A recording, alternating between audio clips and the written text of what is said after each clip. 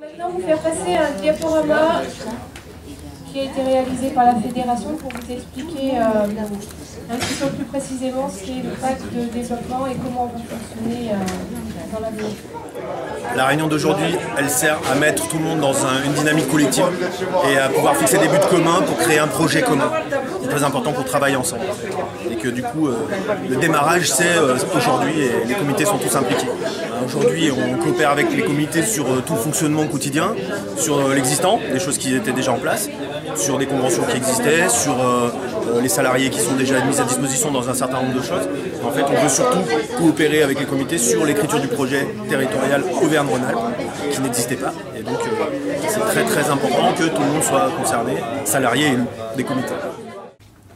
Des outils matérialisant le pacte, donc les fiches actions, l'organisation fonctionnelle, la convention. On va aller signer des conventions à la fédération, effectivement, avec la date butoir du 15 décembre.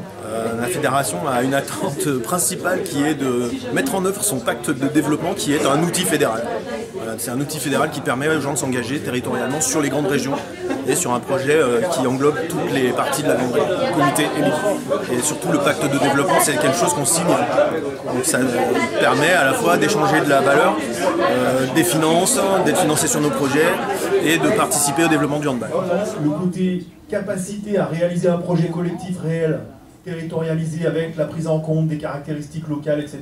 Et donc des vrais projets qui vont donner du sens à la réalisation de chacun sur le terrain. On attend qu'on travaille ensemble et on espère aller loin dans le développement du handball. Des temps de dialogue, d'échange et de collaboration entre les acteurs clés du pacte. Bah, vous voyez, c'est ce qu'on fait aujourd'hui. C'était assez instructif, on a évoqué beaucoup de nos problèmes de comité, on a eu un certain nombre de réponses, encore quelques attentes, mais constructifs.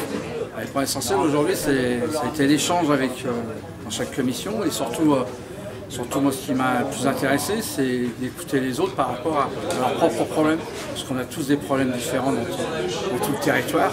Et l'essentiel, c'est d'écouter aussi ce que disent les autres et ce qu'ils ont comme soucis par rapport aux nôtres. On voit si on a les mêmes ou pas. Il n'est pas acquis économiquement pour 4 ans. Il est signé pour 4 ans, mais il est revisité chaque année sur un bilan qui sera fait à la fois sur ce qui a été entrepris, pas entrepris, sur les exercices financiers, l'utilisation des ressources humaines. Donc une évaluation chaque année. Oui, si on pouvait développer encore plus le handball, on arrive à rentrer de partout, aussi bien dans les écoles et dans tous les gymnases qu'on a sur Lyon et ses environnements, voire dans toute la ligue. Moi, c'est vraiment un challenge qui m'intéresse. Et je pense que c'est ce challenge qu'on va essayer de mettre en place, je pense tous ensemble aujourd'hui.